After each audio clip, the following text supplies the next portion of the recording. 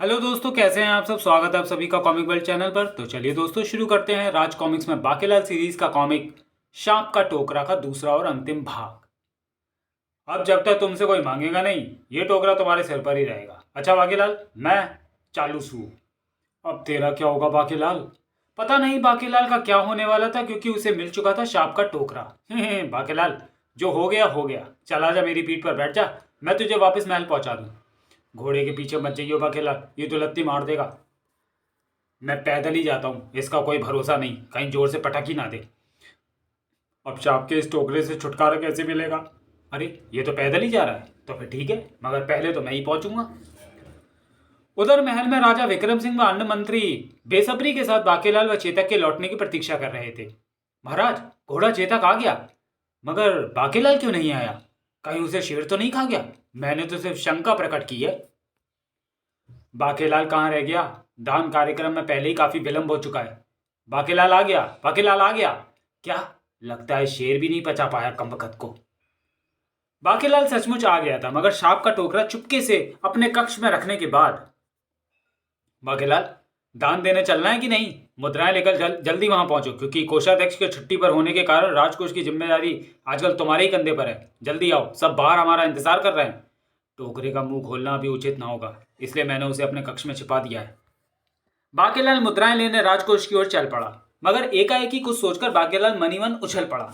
ओह, क्यों ना सांप का टोकरा मैं मुच्छड़ को दे दूं। मगर ये तो तभी होगा जब महाराज मुझसे कुछ मांगे। मुझे कुछ ऐसा करना होगा कि महाराज मुझसे मांगने पर विवश हो जाएं, और तब मैं उन्हें दे दूंगा सांप का टोकरा, जिसके मिलते ही मोटा मनुष्य डरपोक बन जाएगा, और प्रजा एक डरपोक आदमी को कभी अपना राजा स्वीकार नहीं करेगी। तो बचेगा कौन? मैं। तब मुझे राजा बनाया जाएगा। याओ, इस बार तो मारा ही मारा पापड़ा वाले को। एक बार मोटा बचकर कहाँ जाएगा, इस बार मोटा बचकर कहाँ जाएगा। फिर तो बाकेलाल और भी जोरों से उछल पड़ा। इधर बाहर किस्म किस्म के साधु सन्यासियों व निर्धन व्यक्तियों की लंबी लंबी पंक्तियां लग चुकी थी। जल्दी करो महाराज, दान दो, सुबह 4 बजे का खड़ा हूं, ताकि दक्षिणा लेकर जल्दी घर लौट जाऊं। मेरी भी पूजा का समय हो गया है, दक्षिणा लेकर नहीं गया तो शाप देकर जाऊंगा। थैली कहाँ है महाराज? आइले, जरा सब्र करो, एक एक कर सबको दान मिलेगा। कृपया आप सब बाकेलाल के आगमन तक शांति का दान दें। तभी बाकेलाल आ गया, और बाकेलाल ने चल दी अपनी चाल। महाराज, गजब हो गया, राजकोष की चाबी खो गई। मैंने कुर्ते की जेब में डाली थी, लगता है वन में गिर गई। अब क्या होगा बाकेलाल? साधु सन्यासियों का मामला है, दान दक्षिणा नहीं दी गई तो ये पता नहीं कैसे कैसे शाप दे दें। उसकी फिक्र आप मत करें महाराज, मैंने दान दक्षिणा की व्यवस्था कर दी है।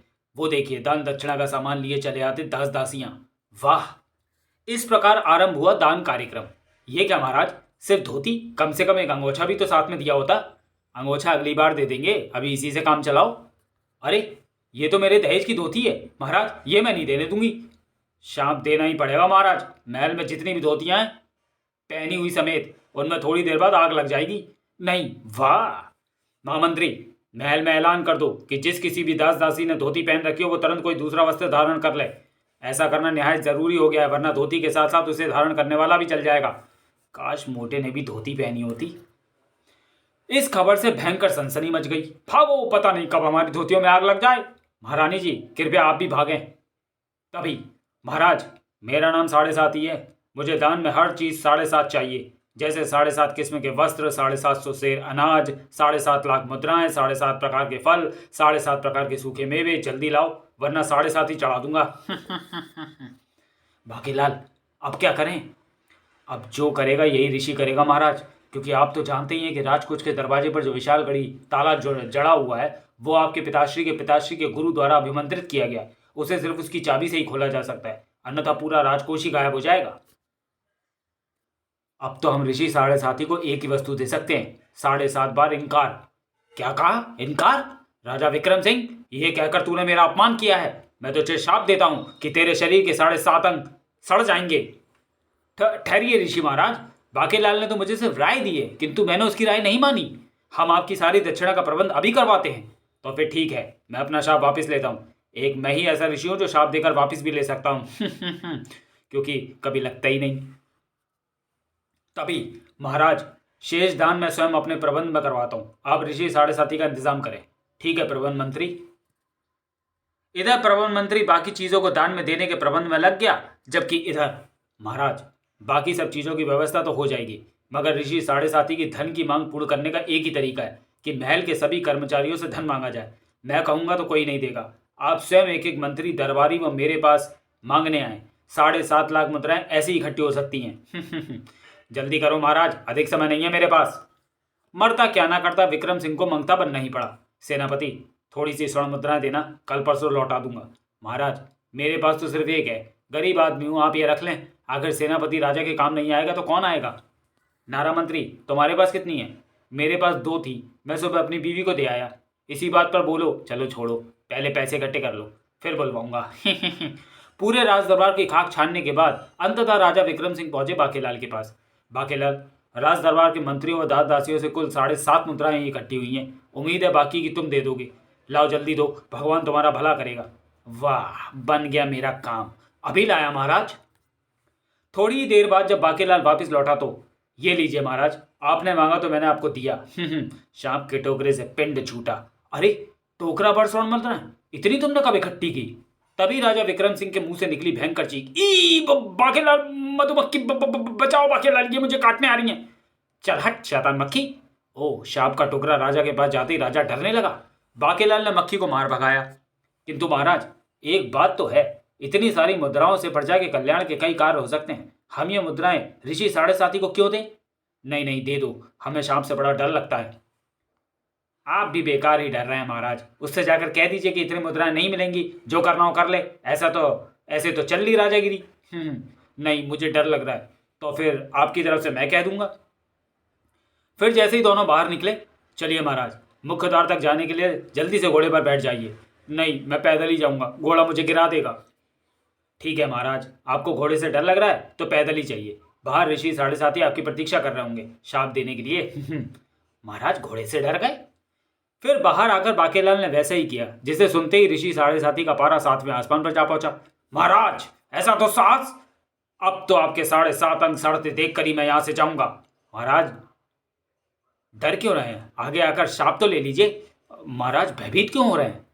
तभी मैं शाप देने आया हूं, क्योंकि मुझे आपने दान में जो गुड़ दिया है उसमें चींटियां चिपकी हैं। मुझे जो अनाज मिला उसमें से ये चट्टान निकली है, मैं भी शाप दूंगा। मुझे दान में जो दूध मिला उससे मेरी सेहत एक दिन में नहीं बनी, मतलब साफ है कि उसमें पानी मिला था, शाप दूंगा। मुझे जो वस्त्र मिला उसमें इतने छेद है कि मुझे अपनी कुटिया में रोशनदान बनवाने की भी जरूरत नहीं है, शाप दूंगा। अभी तो साधारण लोग भी आएंगे। बाकी लोग भी आ गए। पजामा देना था तो कम से कम मेरे नाप का तो दिया होता, और मुझे बिना नाड़े वाले ही दे दिया। बिना नाड़े के ये मेरे किस काम का? हम अपने अपमान का बदला लेने के लिए आपके लिए एक भेंट लाए हैं, ये कुत्ता। और कुत्ते को देखते ही विक्रम सिंह की सिट्टी पिट्टी हो गई गुम। बचाओ बाकेलाल, बचाओ! ओह, भागने वाले के तो मैं पीछे पड़ जाता हूं। अरे महाराज, रुक जाइए, तभी कुत्ता काटेगा।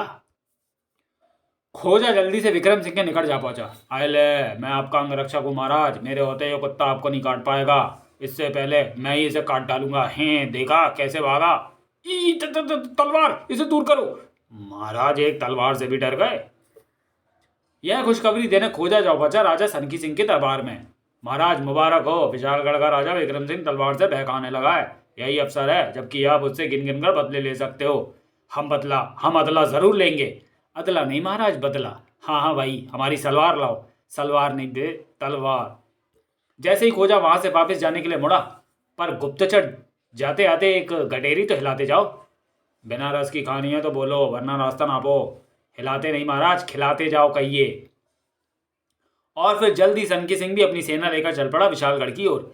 गिन गिन कर बदले लेंगे। अबे बदले बोलो। हाँ, बदले लेंगे। उधर विशालगढ़ की गलियों में अचानक भय फैल गया। अरे, मंगताचार ऋषि जो कुछ भी मांगेगा देना पड़ेगा, वरना शाप दे देगा। घर छोड़कर भाग जाओ। भगदड़ महल के सामने से होकर गुजरी। भागो भागो, ऋषि मंगताचार आ गए, ऋषि मंगताचार आ गए। क्या? पलक झपकते ही महल के आगे खड़ी साधु सन्यासियों व अन्न दान देने वालों की भीड़ वहां से गायब होती नजर आई। भागो भागो, ऋषि मंगताचार्य ने मुझे देख लिया तो छोड़ेंगे नहीं। महाराज, मुझे महल में छिपा दे। मगर तुम्हारी ऋषि मंगताचार्य से क्या दुश्मनी है? क्योंकि पहले वो मेरे गुरु थे और मैं उनका चेला। उनकी पत्नी बहुत सुंदर थी। वो भिक्षा मांगने जाते तो उसे भी अपने साथ ले जाते थे। तब कोई उन्हें भिक्षा के लिए मना नहीं करता था। एक दिन वो मुझ पर भी प्रसन्न हो गए। मुझे कुछ भी मांगने को कहा। मैंने उनसे उनकी पत्नी मांग ली और तब से लोगों ने उन्हें भिक्षा देनी बंद कर दी। मुझे ज्यादा भिक्षा मिलने लगी, मगर दुर्भाग्य से एक दिन वो चल बसी। तब से ऋषि मंगताचार्य भगवान शंकर की तपस्या में जुट गए थे, ताकि उन्हें प्रसन्न करके यह वर मांग सके कि अगर कोई उन्हें मांगने पर भी ना दे तो वो उसे भयानक शाप दे सके। तब तो हो सकता है महाराज कि ऋषि मंगताचार्य आपसे विशालगढ़ का सिंहासन ही मांग लें। नहीं बांकेलाल, जल्दी से रथ तैयार करो, मैं विशालगढ़ छोड़कर भाग जाऊंगा। कोई रथ तैयार करवाओ जल्दी। तभी सेनापति भय से चीख पड़ा, महाराज मेरा हाथ पकड़कर भागिए, ऋषि मंगताचार्य इधर आ गए तो लेने के देने पड़ जाएंगे। नहीं, अगर जान मांग ली तो वो भी देनी पड़ेगी, भागो अंदर। महाराज सनकी सिंह सेना लेकर हमेशा की तरह पिटने के लिए यहाँ पहुंचते ही होंगे, उन्हें सावधान करना जरूरी है। ऋषि मंगताचार्य खोजा का क्या बिगाड़ लेगा। इधर सनकी सिंह ने अपनी सेना के साथ विशालगढ़ में प्रवेश किया। अरे यहाँ तो दरिंदा भी नजर नहीं आ रहा। दरिंदा नहीं महाराज, परिंदा कहिए। ओ लगता है सब हम पे मर गए। हम पे मर नहीं महाराज, हमसे डर गए हैं कहिए। इधर महल के झरोखे से देखा महामंत्री ने वो दृश्य। अरे ये तो सनकी सिंह है महाराज, सनकी सिंह अपनी सेना लेकर आ रहा है। क्या? संदूक निकालो, मैं उसमें छुपूंगा। महाराज मुझे युद्ध के लिए मत कहना, मेरी बाई टांग में दाई टांग का दर्द शुरू हो गया। हाय। सनकी सिंह और उनकी सेना ने बेरोक टोक महल में प्रवेश किया। ओह, हम राज दरबार में आ पहुंचे, साज दरबार में आ पहुंचे, और वह रहा मरणासन।